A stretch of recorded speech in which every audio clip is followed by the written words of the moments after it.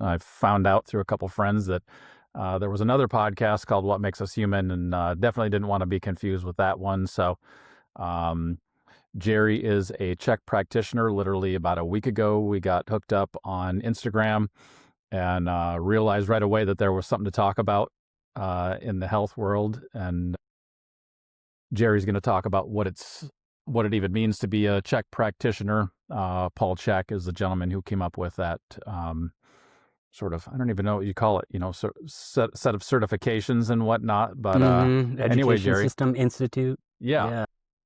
Well, thanks for joining me, man. Hey, Craig, thanks for having me, man. Yeah. We had a great conversation earlier today. I'm really excited about this one. Mm-hmm. What does it mean to be a Chek practitioner? Well, for me, it's a huge honor. But really, I think probably the biggest like gold nugget that I found in being a Chek practitioner is that what we're really doing is we're guiding people to wholeness and sovereignty. And while we have our methods and we have kind of our framework of guiding people, there isn't a dogmatic approach. So it's not like, this case presents with this, and this is how we always handle it. No, it's where are they at right now? What do they need most? And, through a mental, emotional, physical, spiritual lens, what is it they need most? And that's what we deliver to them. And everything is a big picture package. And I would say, like, personally, beyond the reward of seeing people overcome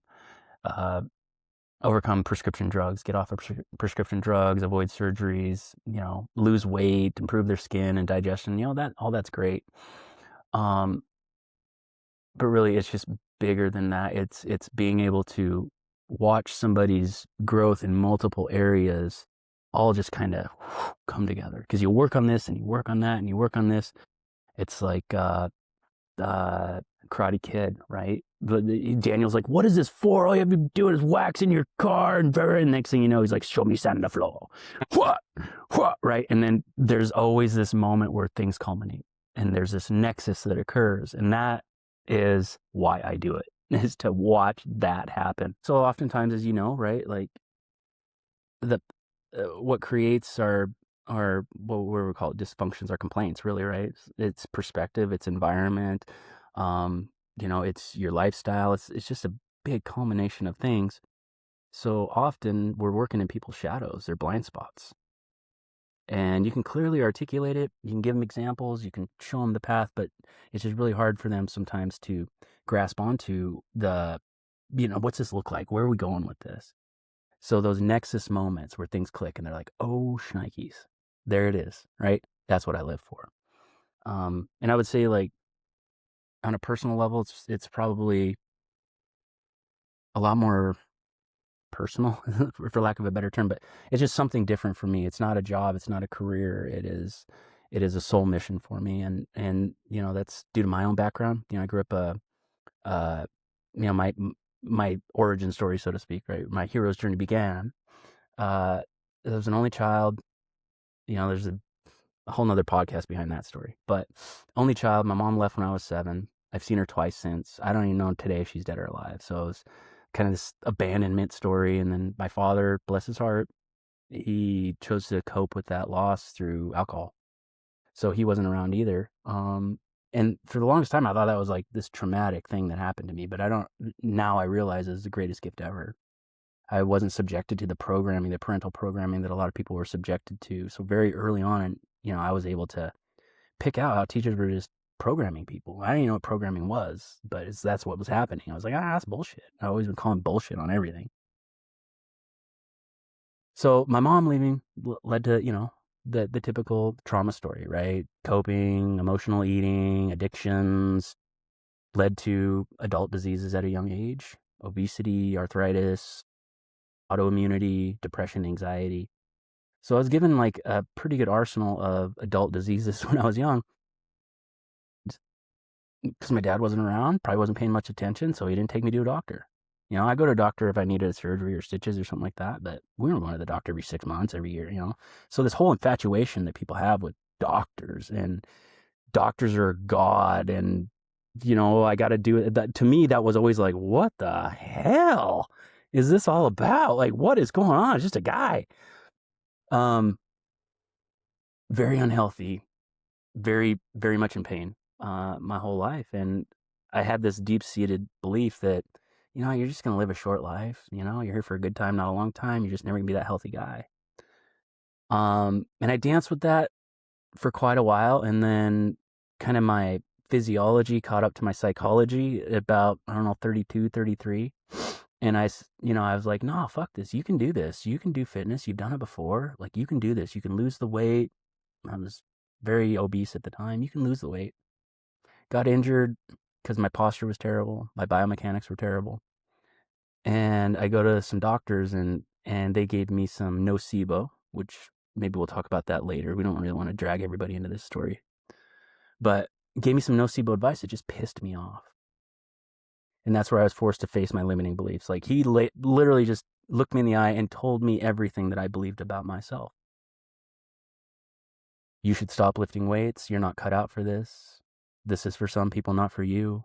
Blah, blah, blah, blah, blah, blah. And it just pissed me off so much. I went searching. At the time, I had no idea what kinesiology was. I had no idea what holistic even was. I never even heard that word. And I came across holistic healing. I don't know what the fuck is this. Dug into that, found Paul Chek, and the rest is history.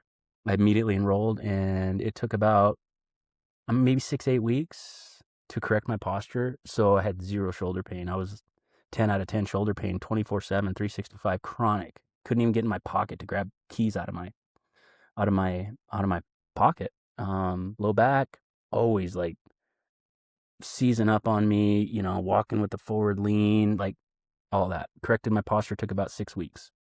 And I was back in the gym, and I haven't, there's nothing in the gym that I can't perform right now.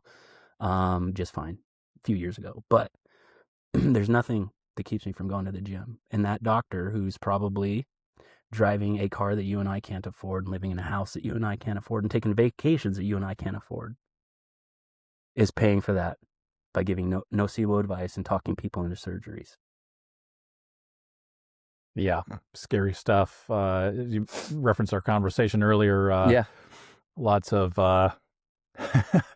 lots of thoughts and feelings you have about doctors and stuff like that. Mm-hmm. But around what time was this that you were given that information by this doctor? And I was 32, 33. Uh-huh. So 13, 14 years ago. Sounds like life's as good as it's ever been right now. Yeah, I mean, that's it. So the early 30s, that's when guys are developing, that's when like disc bulges are, like that's kind of like the last life phase where disc bulges and herniations and stuff are really a concern. But, after that, your back starts to create stuck spots and stuff to protect against that. But so I was starting to experience that, right? And we all know like the dark night of the soul, the midlife crisis, that's one of the gifts of the 40s. So I was really approaching that. And if all that wouldn't have happened, including my childhood, if all that would have happened, I wouldn't be here. I'd probably be in the middle of some midlife crisis, wishing, that ship didn't sail, and dang it, I broke myself and the doctors told me I couldn't lift anymore.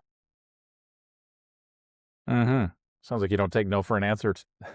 I'll take truth all day. I don't care what your title is, man. If you're telling me something doesn't, and at the time, I didn't even know why it was bullshit. I just looked at him. I was like, "You're full of shit." Like, looked him right in the eyes. "You're full of shit." I was pissed. I didn't know why he was full of shit. I just knew, no, that can't be right. And found Paul and found out he was wrong. Huh? Yeah. Yeah. So what grabbed your attention about Paul?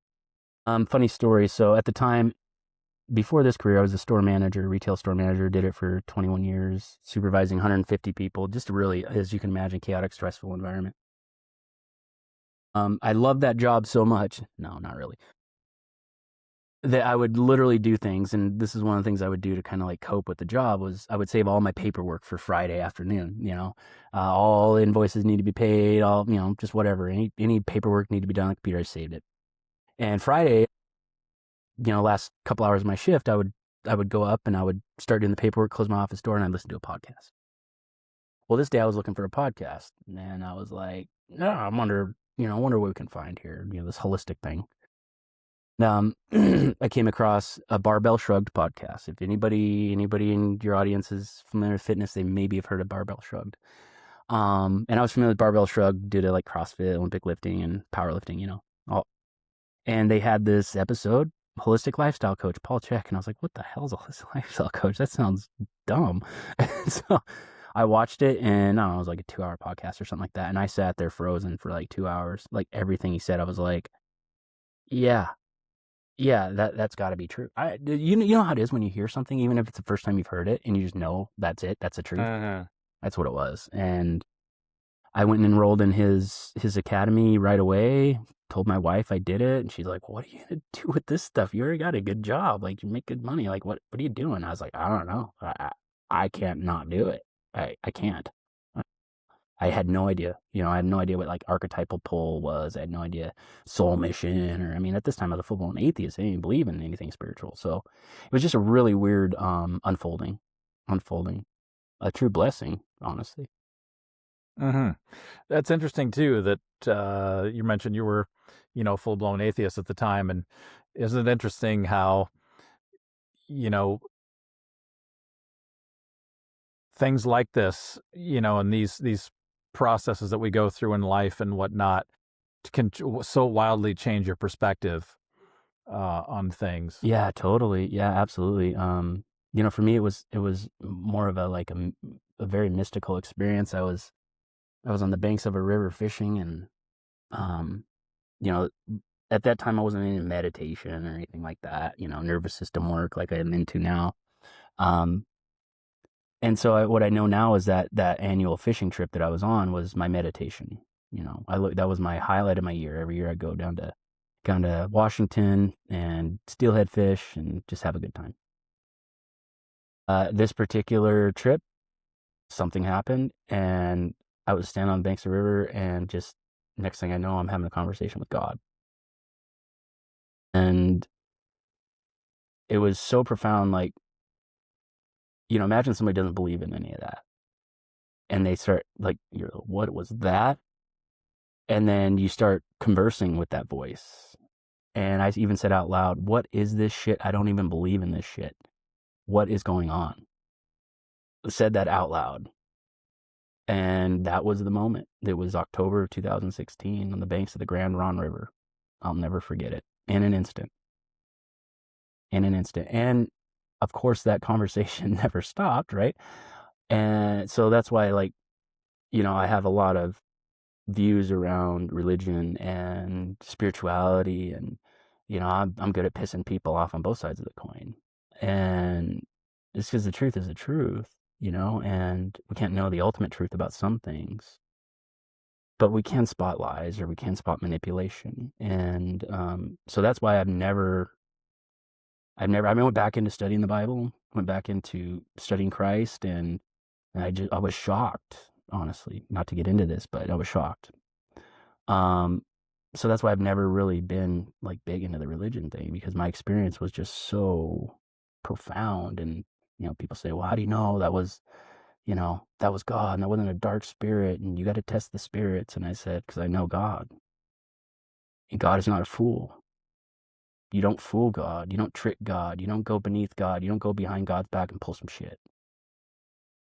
So that's how I know. And it's only led me to just fruitful things, not financially, but fruitful soul experiences. That there's no way in hell that if there was a Satan or a devil, that that would be on their objective, to help people find love and find their soul, and to reconnect with God and to reconnect with their family. Oh yeah, that's on the devil's list.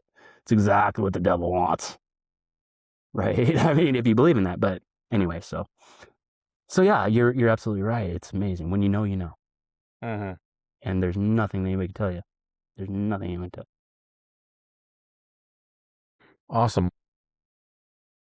What I don't know. I guess I have a number of different questions about the Chek Practitioner thing, but anything that you think comes to mind that you could expand upon with that? Like, what are the types of things you learn? Because I know it ties in like health on all different levels, and brings things Mm-hmm. together on a holistic level, I guess. Mm-hmm. To use that word again. I don't know. What was it about that as you were going through the syllabus, or whatever you want to Mm-hmm. call it, to do that resonated with you so strongly? Well, ironically enough, it's the practicality of everything. Um, like with Paul's teachings, like basically, and I work with a lot of Paul's students too, you know, helping them, mentoring them in their business and their personal, you know, issues with inadequacies and whatnot. Um, but there's a lot of Paul's stuff that's not very practical, you know, like his spiritual stuff. But really, like what Paul's doing is Paul's taking Paul's brain and how Paul understands things, and he packaged it and he's teaching it to people. That's Paul's brain, not yours. So anything impractical about it is because it's coming from someone else's brain. You can totally make it practical. So that's one thing. Uh, you know, just kind of a little asterisk there. But the thing that really was like, holy shit, like really, was the practicality of it. I say all the time, like it's not an information problem that we have; it's an engineering problem that we have.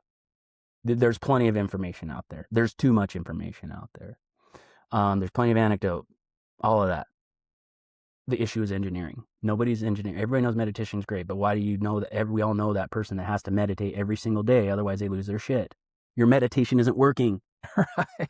Okay, so it's the engineering issue. And what Chek does is they give you the tools and the resources to map out anybody's starting point. So it doesn't matter what you and I were working towards. If you don't have, you know, the four the four pillars in place, if you're not operating with purpose, if you know, if you're not being catapulted towards something you love, then you're going to have issues in your life, because if you're not running towards something you love, you're running away from a nightmare. Okay, so how much of your motivation is through wounding and not through expansion? So we got to qualify the dream. Why is that your dream? What are you running from, or what are you running to?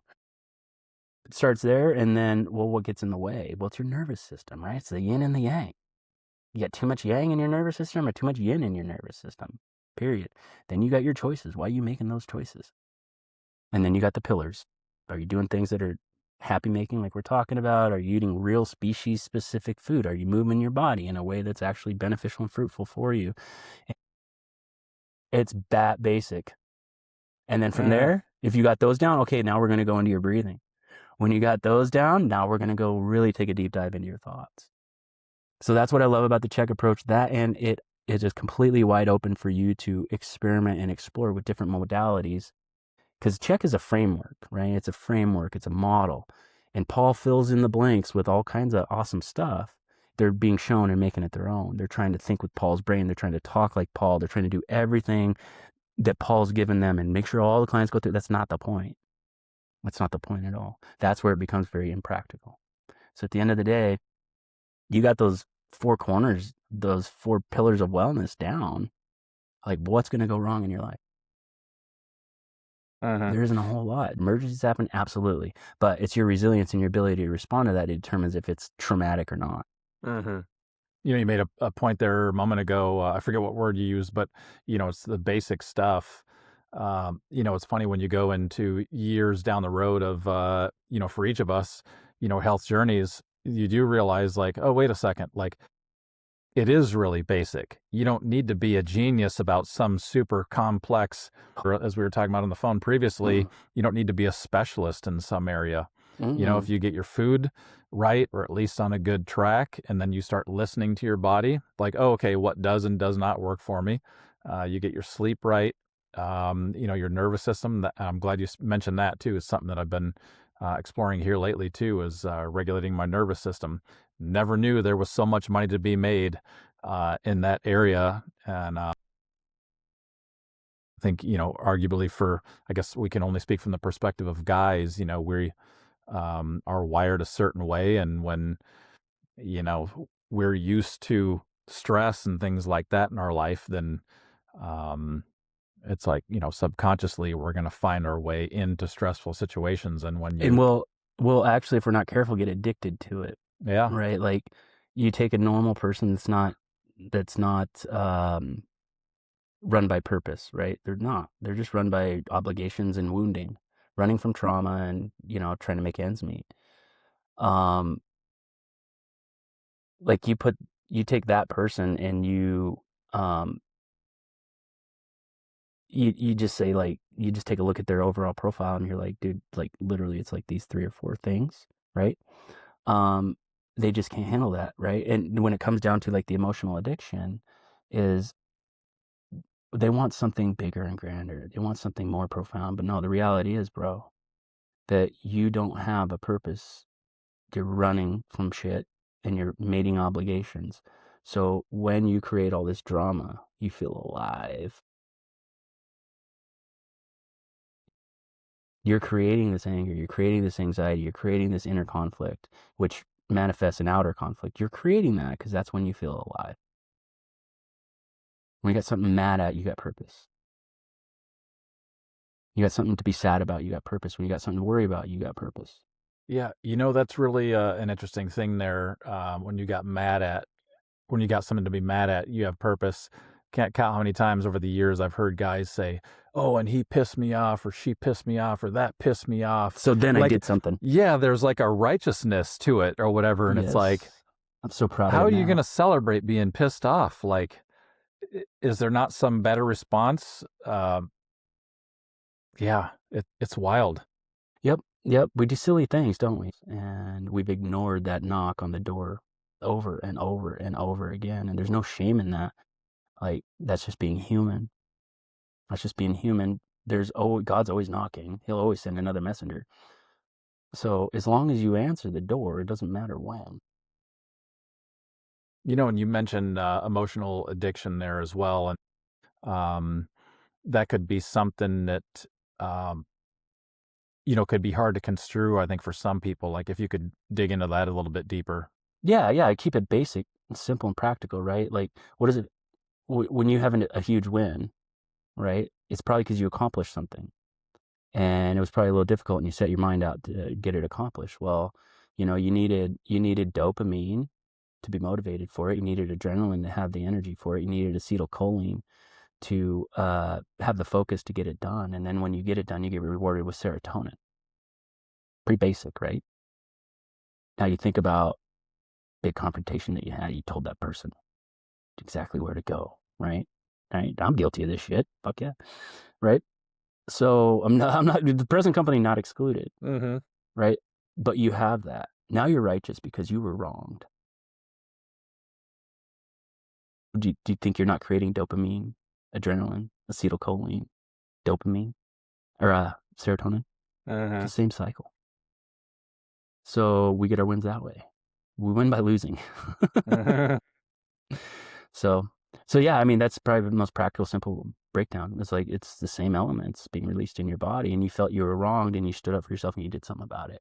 And that's why anger is actually, like, if someone has zero anger, that's bad. That's really bad. They're going to be in a state of apathy. They don't draw boundaries. They let people walk over them. They've given up on asserting themselves.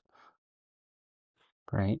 So either one of those problems can happen from, I should say, instances. They're only problems if you got a problem with it. Either one of those instances can happen from not having a purpose. And people like to blow purpose up into this. It's got to be this. They think of purpose and they go right to Rocky Balboa, and it's just like, no, dude, like, why are you getting out of bed today? Because I got to go to work. And then what? And then I'll have lunch. And then what? And we'll have a meeting that I'm going to fall asleep in. And then what? And then I come home. And then what? And having dinner with the family. And then what? Okay, now what's the great purpose in all of that? It's the daily, it's the hourly, it's the minute by minute. What is your purpose? Why are you doing this? That's how you get wins. You don't have a win if you don't have an objective. Yeah, and that's funny too that, the word purpose seems so simple, but I can even remember a few years ago, a guy talking about, us lacking purpose, and that's why certain things, happen in our lives. And, if you think back through, K through 12 in school and everything, like, you're not taught about how to have a purpose. And it's like, it's not really a focal point out there, and arguably our purpose is usually given to us, as kids. It's like, okay, do this schoolwork, get these grades, do well in these sports or whatever. And certainly, hopefully, kids are picking their sports and being excited, and that is, becomes their purpose. But yeah, it seems to be like this explicit thing out there, like, what is your guiding light? What's your North Star? And then you can see, oh, okay, cool. These actions, behaviors, whatever this path does or does not serve, my greater purpose. So Yeah. you always have that sort of filter looking forward. So it, it just seems that, yeah, oddly quiet out there Oddly quiet. Yeah, yeah. exactly. Yeah. Anybody who understands the human design, right, is going to call that out really quickly. It's going to call it really quickly. But, this is where the rubber meets the road. And this is why, like, if you're going to, I highly recommend anybody hire a guide or a mentor, right? But if you're going to hire a guide or a mentor, like, make sure you get down to what they're really about. Because it's not one size fits all. Where I would say, like, in that situation right there, right, is everybody likes to say, what's your why? You've heard that a million times. Have you ever heard anybody ask, why is that your why?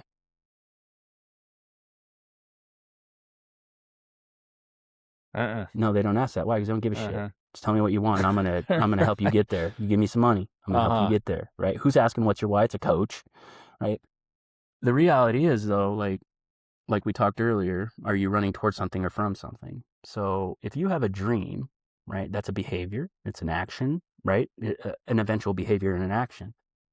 If we think about the human as like a tree, the bottom of the tree are roots. Then you got the trunk and the leaves and the branches, right? Those roots, think of those as your deep-seated beliefs. And I'm so sick of limiting belief talk. And I'm sick of it. Why? Because it's fucking wrong. Sorry, it's fucking wrong, okay?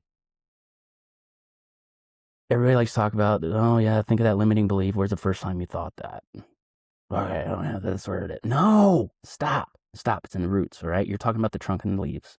Stay with me. The roots are your true inadequacy beliefs. That's what's known as the false core. Okay, it's developed between 5 and 12 months of age. It's developmental psychology. Stephen Walensky and quantum psychology really took this point home, in my opinion. It's something that you determined about yourself when you realized that you and your mother weren't the same person. It's called the shock of realization, okay? A little groundwork, not going to get too far into that. That's the basis right there. From that, you develop a strategy, okay? Because of these false core inadequacy beliefs. It could be, I'm a bad person, I'm unworthy of love and acceptance, I'm worthless, I'm insignificant, I'm incompetent. There's like 12 of them. Your personality is basically the top 2 to 5 false core beliefs within your personality profile. Every one of those is running you. So it's like a switchboard. This happens, bing. Oh, that didn't work. Go to here, go to here, go to here. That's why we have a pattern. So an example, someone has a pattern of these 4 false core beliefs. I'm inadequate, I'm a bad person, I'm powerless, and I'm alone and unsupported.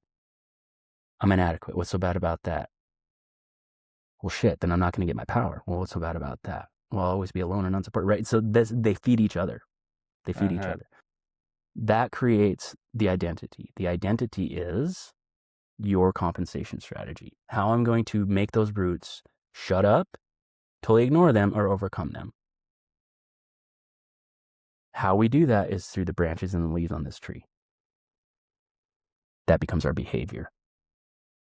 So what do? We go do things we think it's going to give us power. That's why we're doing it. We want power. Energy, life force, chi, prana, love, whatever you want to call it, it's what we're after. Everybody on the planet. Period. Okay?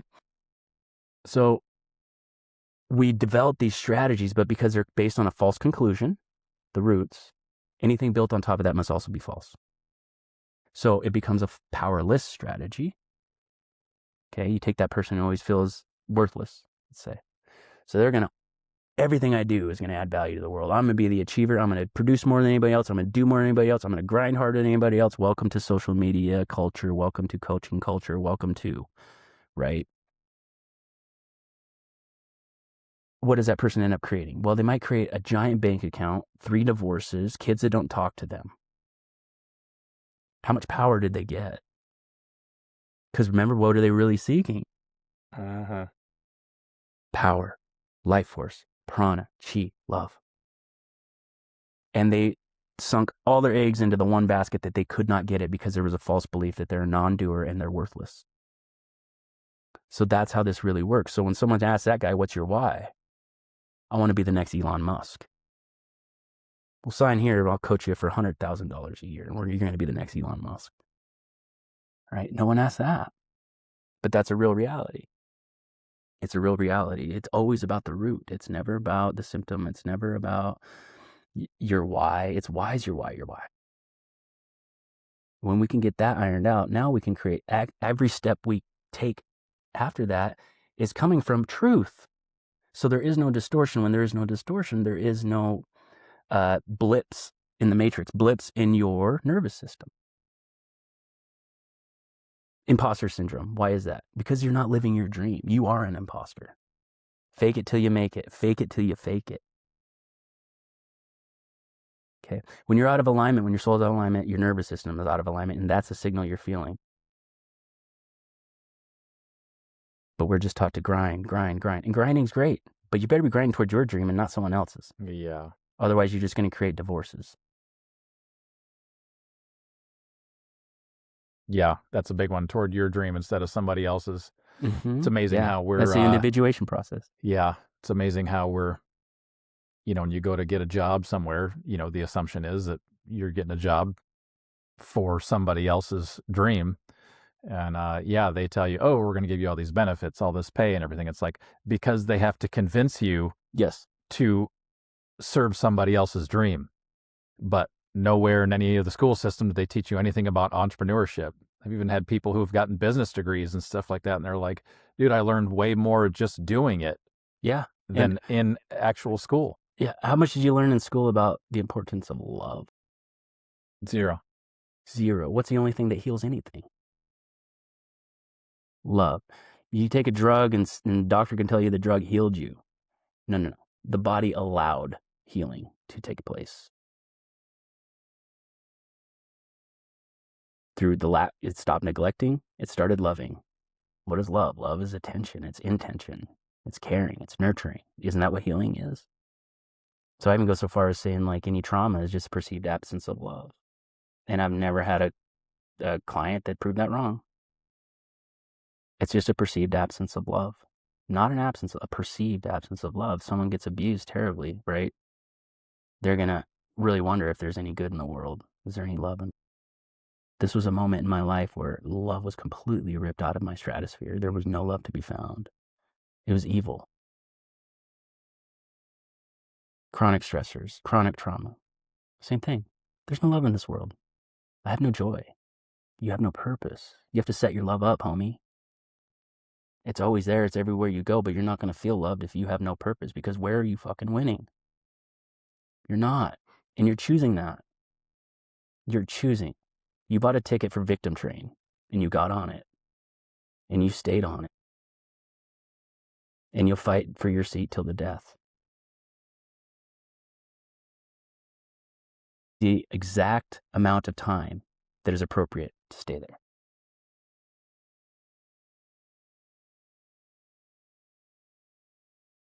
Yeah, that's a good one. If we could all, look ourselves in a mirror, and ask that sort of question. Yeah, there's a great co-regulation exercise for nervous system. Now that we're talking about it, so co-regulation, right? That's like if you're around animals or loved ones, right? You just feel better, right? That's oxytocin. Try looking at yourself in the mirror for 3 minutes, and like the actual exercise is for 3 minutes, and just send yourself love. But just try looking at yourself for 3 minutes and notice what happens. Notice what your autonomic responses are. Do I look away? Am I instantly connected? Do I feel loving and warm right away? Like, just pay attention to your autonomic response. It's going to tell you a whole lot about yourself. But at the end of the 3 minutes, you'll regulate.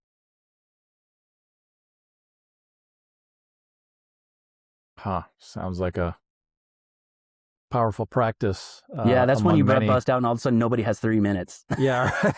Yeah. I'll All do of it a sudden, tomorrow. everybody's so busy, so full of purpose, I don't have 3 minutes. Yeah. Right. Damn it. I had a mirror. I don't know where I put it. Dang it. Good stuff. The most effective stuff is the stuff that's like, I'll do that tomorrow. I'll try it tomorrow. What do you find so fulfilling working with folks, on this subject matter? The most fulfilling, honestly, man, is seeing people escape. Best way to put it. to escape places that have kept them under servitude in some way, shape, or form. So yeah, I love seeing people flip their health around, right? But for me, it's even way more rewarding if they're able to get off of prescription drugs and they say, I think I'm going to stop seeing the doctor 3 times a year. When we can pull them out of that, that's where it's really rewarding. Say if someone's in a really bad religious environment, they're not all bad and they're not all good. We'll put it that way. And so someone's in a really bad one, and usually the religious environment is all encompassing, right? It's not just the building. It's their family, it's their friends, it's their entire social circle. And if they're in a really bad one, and they're able to individuate from that and not lose all these connections, all these important relationships, those are the things that are really rewarding for me. It's about someone taking back their sovereignty and individuating, the whole process of individuation, where you can be your own standalone human and you're not running on someone else's programming. Your beliefs are your own. Your morals and your core values are your own. They weren't imparted on you, and you don't have to honor them just so you're accepted in the tribe. Those are the things that really, really get me excited, get my attention. Very cool. Where do you see this career taking you? Well, eventually, where I would like to land with all of this is make an impact at scale. Like, my personality type is as a leader, as a store manager for 20 years, like it's just in me to have a big ship, like, so what I see is having a team of coaches and practitioners, and, the way we're probably going to serve, like in the most impactful way, is through community retreats, community group cohorts, training experiences, things like that. There's so much opportunity there.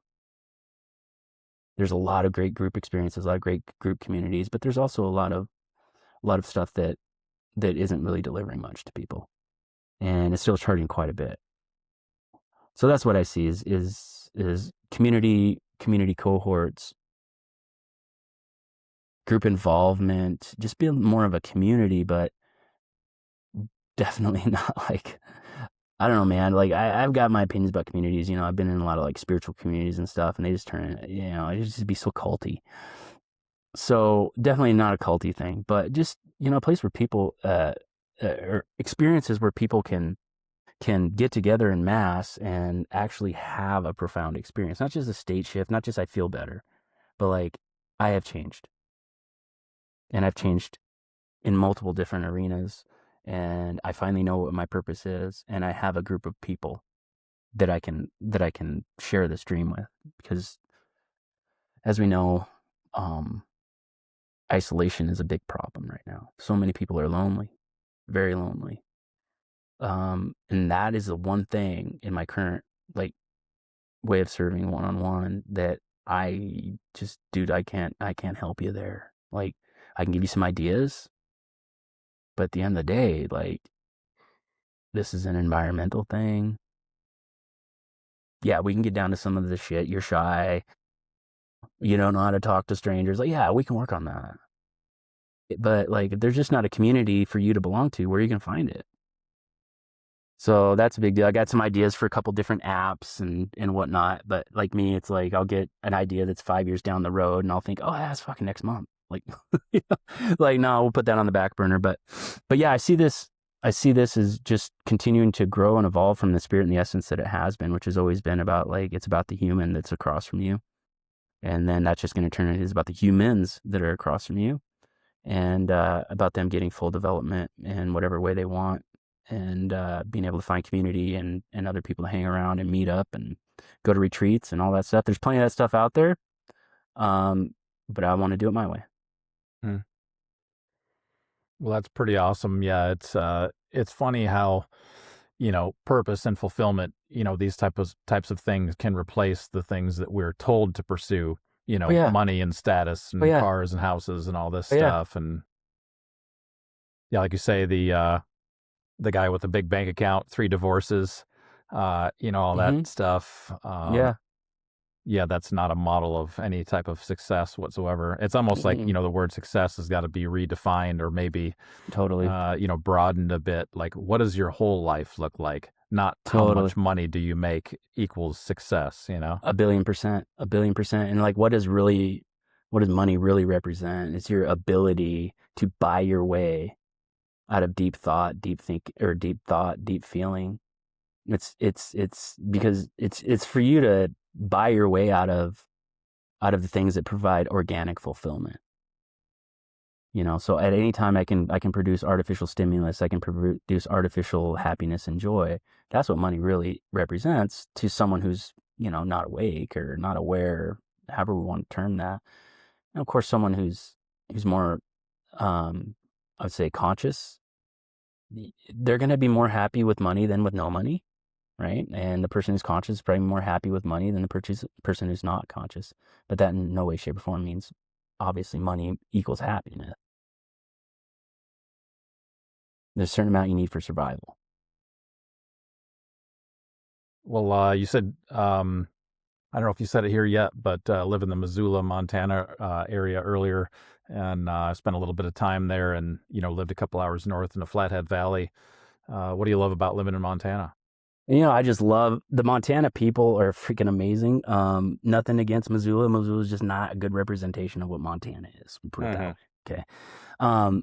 But no, the people are just freaking amazing. I remember when I first moved here, I moved from Spokane. I had a short stint in Spokane, but yeah, when I first moved here, I was just blown away. Like, people make eye contact with you and they'd wave, and you're like, whoa, that's weird, Right.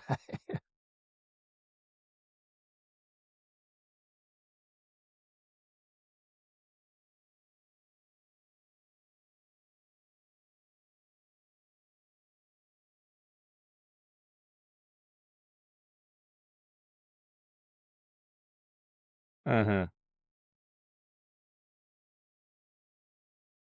Just packed with just gorgeous wilderness, gorgeous scenery, rivers, wildlife. It just is truly a place where you can just ground almost instantly. Doesn't take much time to find grounding here, and that's what I love about it. Uh-huh. It's God's country. Yeah, it is. And it almost seems like a slower pace too. Like your point that, people will make eye contact and wave and whatnot. That's one thing that caught me there is like, wow, people actually, it's like, and sure, you've got your exceptions, but it's like not everybody feels the need to rush, whether you're in a coffee shop or the grocery store or wherever, where you're interacting with somebody there. It's not like people are trying to hurry up and get to the next person, to the next person, to the next person, so they can like, get off of work. It's like, hey, how you doing today? Like, and they wait and, they for actually you to want to answer. know. They actually want you to know, how you doing? Yeah. I notice it most like when I go out of town, like go see the in-laws in Seattle or something, and you're just like, I'll ask people all the time, you having a good day? You sure? Yeah, I care, whatever. So yeah, it's Montana's a special place for sure. Well, hopefully most people who are watching this don't work up the courage to actually move there. Oh, there's a ton of room. You better have some money though. Yeah. You better have a lot of money if you want to move here. Yeah, that COVID did that for us. It's so funny there how many stickers and all that stuff you see about, Montana's full, go back home. Yeah, totally. Yeah.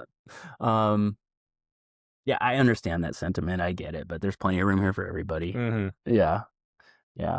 Bring them in. That's the way I see it. Yeah, like you say, tons of wide open spaces there. And it is so refreshing to, just drive for however long. And like you say, you pass the tiny little towns, but other than that, like finding another city and what's even defined there as a city is like, it's not what people think of, as cities elsewhere around the country. So Yep. yeah, it's pretty Yeah, wild. there's places where it's like a half a tank of gas between gas stations, It's real. So good stuff. I love it here. Mm-hmm. Well, yeah, I know we spoke about, doing this in multiple segments, as we've got plenty to talk about, as we found over the call there. But if you could give us a few minutes of some of the issues that you take with the medical and healthcare industry. Be curious, kind of a teaser as to what's coming. Yeah. Well, there's a lot of stories, but I would say like the one thing that is pretty universal that I found is that Like doctors, they're just so quick to, first thing is a drug, and you're going to take this drug until you need a surgery. And what I found is that not only is that bullshit in most cases, the doctors are more or less extremely ignorant. Like, and I'm not, like, if you're a doctor that's not ignorant, then I'm obviously not talking to you, so don't get pissed off. But like, you just look around in your field and tell me I'm lying. Little story real quick, and then I know we got to wrap her up. But so there's a local GI doctor here. I think I told you, we talked about this, Yeah. right? And just little backstories, kind of maybe highlight what we're going to talk about in medical. But little backstory here. I been working with a client for a few years, but this was like the start, our first year working together. She was seeing this GI clinic for, well, by the time I saw her, she was looking for hospice. Hospice wouldn't take her because she didn't have a critical clinical diagnosis, but she was wanting to die. She started with them, I don't know, I think she said 10, 12 years prior to working with me. And when she first showed up, she was just having digestive irritation. Minor digestive irritation. We've all been there. 12 years later, she's seeking hospice. So I'd ask her, how did you get here? Blah, blah, blah, blah, blah, blah, blah, blah, blah. No. How did you get here? Blah, blah, blah, blah, blah, blah. You had a medical team. Oh, yeah. Full of experts. Oh, yeah. They all went to college for almost 10 years, and they make hundreds of thousands of dollars. How did you get here? I don't know. So we pulled out her prescription drug regimen. This is how you got here. She's on 30 prescriptions at the time. Within a year, she was off of half of them. Within 2 years, she was off of all but one. Less than 2 years later, she had no digestive problems anymore, no more anxiety. Oh, by the way, she was seeing a psychiatrist and a psychologist too, for severe anxiety and depression. Nobody was connecting the dots. Wait, hold on. You're seeking hospice because your GI tract is so messed up that you want to die? Yeah. And you have depression and anxiety? Yeah. Do you think they're connected? He wasn't exercising at all, living off of processed foods and soda pop. Within 2 years, she's off of all her prescriptions. She's totally fine. She invites me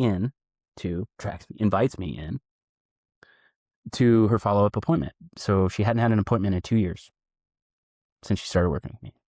So we show up, we sit down. Doc, you know what they do? They pull up your chart and are you still on this? Are you still on this? Oh, we'll up your dose. Oh, we'll up your dose. We'll up your dose, right? That's why they ask you. So he goes through, you still on this? She's like, nope. You still on this? Nope. Goes through about 10. And finally he goes, pardon my French, she pulls his glasses down. He goes, what the fuck have you been doing? And she points at me. He's like, what the fuck have you been doing? I said, let's go to lunch. I'll tell you. So we go to lunch and I had made a proposal. I was like, hey, your patients are not healing. I think there's some opportunity being left on the tree here. Why don't we partner up? I'll run just an evergreen webinar, workshop, whatever. Just people that like how their thoughts affect their gut, vagus nerve, nervous system, digestive, everything. We'll throw everything at them they need. He was like, yeah, this guy was the head of their alternative treatments department, whatever that looks like, right? I'm even more curious now after you hear this story. What the fuck are you doing? I should have asked him that. So he was all about it, right? Let's have a follow-up meeting. We have a follow-up meeting, comes back, shows up different tune. What's going on now? We can't be a partnership. Why? Because we're not partners. And this is how he's saying it. I was like, well, what the fuck happened to like Mr. Excited? We're not partners. Well, yeah, I know. That's why I made the proposal. I want to be partners. We can't do that. Why not? Well, we're not even in the same space. What do you mean? You're in the healing space and we're not. This conversation developed because they had a patient who wanted to die because they were taking care of. She's totally healthy now. And he responds to that with, yeah, we don't want any part of this in our clinic. Unbelievable. Believable, but fully believable if you know what's really going on. Yeah. So I would say to anybody, to preface what we're going to talk about, if you are in any way, shape, or form, and I'm not here to tell you what to do, it's my take. If you are in any way, shape, or form on the fence about the medical system, if you've been sensing something ain't right, you are at a great point right now, but a very important point. You have to decide. Do you see the truth, or are you going to still pretend? Because you can't have one foot on two rafts. Because you'll, like, heaven forbid, you get a disease down the road, heaven forbid. Now you're really going to have to really say, how much do it, where am I at? Because one of them could kill you and one of them could save you. So if you're on the fence at all right now, just trust your soul, trust your intuition. If this has totally triggered you, you're probably still not watching. Good stuff. Yeah, looking forward to hearing both barrels from you in the future. Yeah, we didn't even get into the psych drugs. Yeah. Yeah. Jesus. That's where the barrels are coming out. Just unbelievable. That Giving them to kids. Oh my gosh. Yeah. Jesus. And then the kids don't even understand. Kids don't have any fucking clue. The parents have no idea they can say no. That. Yeah. They have no idea what a developing brain is like. They have no idea. No idea. And these drugs are literally designed to disrupt your nervous system. They'll label it something else. They'll call it something else. It's a disruption to your nervous system. Your nervous system is your signaling mechanism from God, from your environment, from your lifestyle, your total state. That's one thing you don't want to mess with. So I'm off my soapbox. I feel compelled to share that with anybody, anytime. So. All right. Thanks, Jerry. Where can people get a hold of you? Thank you, Craig. You can find me on social media. If you want to reach out to me direct, you can reach me on phone, 406-241-3763. Email me, Coach Jerry HLC, for like holistic lifestyle coaching, at gmail.com. I have a website. Check that out, biohackingtruth.com. Yeah, other than that, TikTok, Instagram, Facebook, Jerry Kuykendall. Sounds good. And I'll attach all those in the description here so people can find that as well. But all right, Jerry. Well, thanks, especially on such short notice. Again, just about a week ago or whatever, getting linked up and being willing to hop on here and stay on once I stop the recording. And anyway, folks, appreciate you listening, and we'll catch you next time. Thanks again, Jerry. Thanks, Craig. Appreciate it. Yeah.